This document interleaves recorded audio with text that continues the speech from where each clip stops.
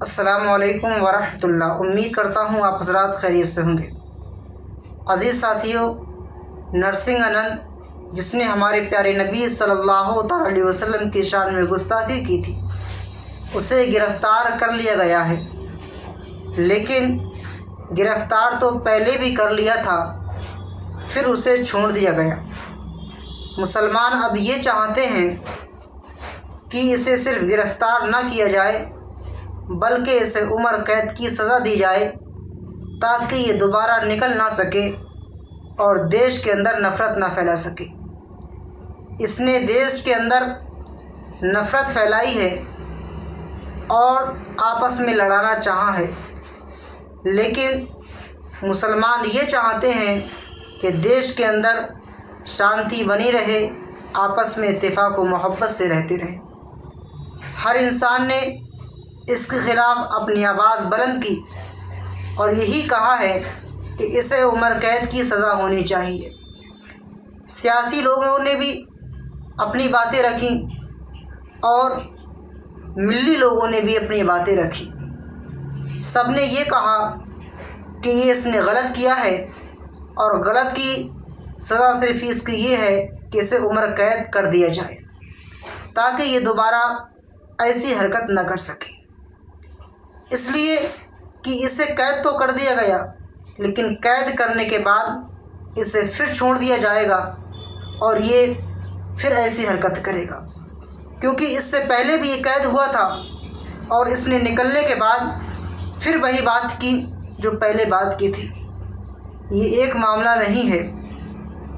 اور رامگیری بابا جس نے ہمارے نبی صلی اللہ تعالی علیہ وسلم کی شان میں گستاخی کی تھی، اسے ابھی تک تو قید ہی نہیں کیا اور جگہ جگہ سے اس کے خلاف پردرشن ہوئے تھے، لیکن اسے چھوڑ دیا گیا۔ اس پر کوئی کارروائی نہیں کی جا رہی، اس پر بھی کارروائی کی جانی چاہیے اور جتنے بھی ایسے لوگ ہیں ان پر سخت کارروائی کی جائے تاکہ دوبارہ ایسی حرکت نہ کر سکے۔ ہمارا دیش سنویدھان سے چلتا ہے، بھائی چارے سے چلتا ہے اور مسلمان آپس میں پیار و محبت سے رہنا چاہتے ہیں، ایسی نفرت سے نہیں۔ یہ لوگ نفرت پھیلاتے ہیں اور لڑانے کا کام کرتے ہیں، اسی لیے ضروری ہے کہ ان پر لگام لگائی جائے۔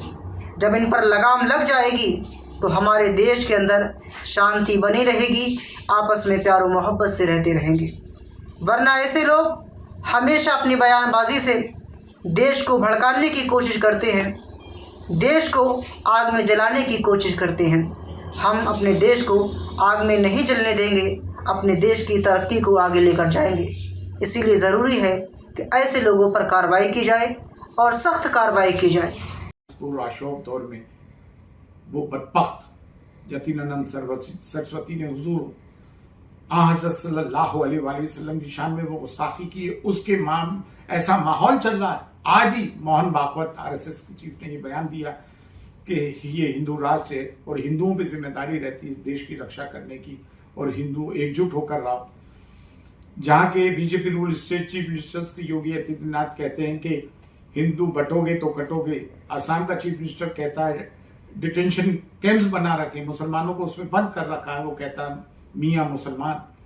مدھیہ پردیش کے چیف منسٹر کیا کہتے ہیں، راجستھان بلڈوز کیے جانا ہے مسلمانوں کے گھر، غیر مسلمانوں کے بھی کی جا رہے ہیں، وہ ایک ونڈو ڈریسنگ ہے۔ زیادہ تر مسلمانوں کے گھر بلڈوز کیے جا رہے ہیں، جبکہ سپریم کورٹ کے ان کی ٹپنیاں ہیں اپنی، اس کے باوجود سپریم کورٹ نے اس پہ کوگنیزنس لیا ہے، اس پر اپنے آبزرویشنز دیے ہیں، اس کے باوجود یہ چل رہا ہے۔ ملک کے پرائم منسٹر یہ کہتے ہیں کہ ان کو ان کی ویش بھوشا سے پہچانا ہمارے مسلمانوں کے لیے، یہ منگل سوتر چوری کر لیں گے، یہ گھسپیٹیے ہیں، یہ بچے پیدا کرتے ہیں، اور ایسے ماحول میں بھی آپ ان لوگوں سے کوئی امید رکھتے ہیں تو، اور اتنی بڑی بات ہونے کے بعد کہ ہمارے حضرت محمد مصطفیٰ صلی اللہ علیہ وآلہ وسلم کی شان میں گستاخی کے باوجود دل کی بات کرنے والے، من کی بات کرنے والے، ان کا کوئی بیان ہی آج تک نہیں آیا ہے۔ ان سے کیا امید رکھیں؟ اور افسوس کی بات یہ کہ آج بھی مسلمان BJP میں ہیں، جبکہ یہ اوپر کے لوگوں کے ہاتھ سر پہ رکھے بنا اس قسم کے بیان نہیں آ سکتے، اور ڈے 1 سے فار لاسٹ 10 ایئر کبھی نپور شرما، کبھی نپور جے شرما، کبھی کوئی، کبھی حضرت کی شان میں صلی اللہ علیہ وسلم کی شان میں غساخی، تو حضرت خواجہ معین الدین چشتی رحمۃ اللہ علیہ کی شان میں غساخی، تو کبھی گھر بلوز کیے جا رہے ہیں، تو کبھی مدارس، تو کبھی مسجد، تو کبھی خانقاہیں، تو کبھی درگاہیں. اور ایسے وقت میں کوئی ہمارا ساتھ دیتا ہے، ہماری آواز اٹھاتا ہے، اس کا پروگرام بائیکاٹ کرتے ہیں کہ وہ جماعت اسلامیہ نے کیا. اس سے بڑھ کے المیہ کیا ہو سکتا ہے؟ مسلمانوں، اس طرح کی تفریق پھیلانے والے مولویوں کا اب ہمارے معاشرے میں کوئی ستان، کوئی جگہ نہیں رہنا چاہیے. ہمیں ملت اسلامیہ بن کے کام کرنا ہے، اور اس دیش میں جو ایک طرح کی یہ دہشت گردی کہوں گا، اس کو روکنا ہے، اور اس خوبصورت ملک کو ہم کو بچانا بھی ہے، اور ہماری قوم کو بھی ہمیں بچانا ہے.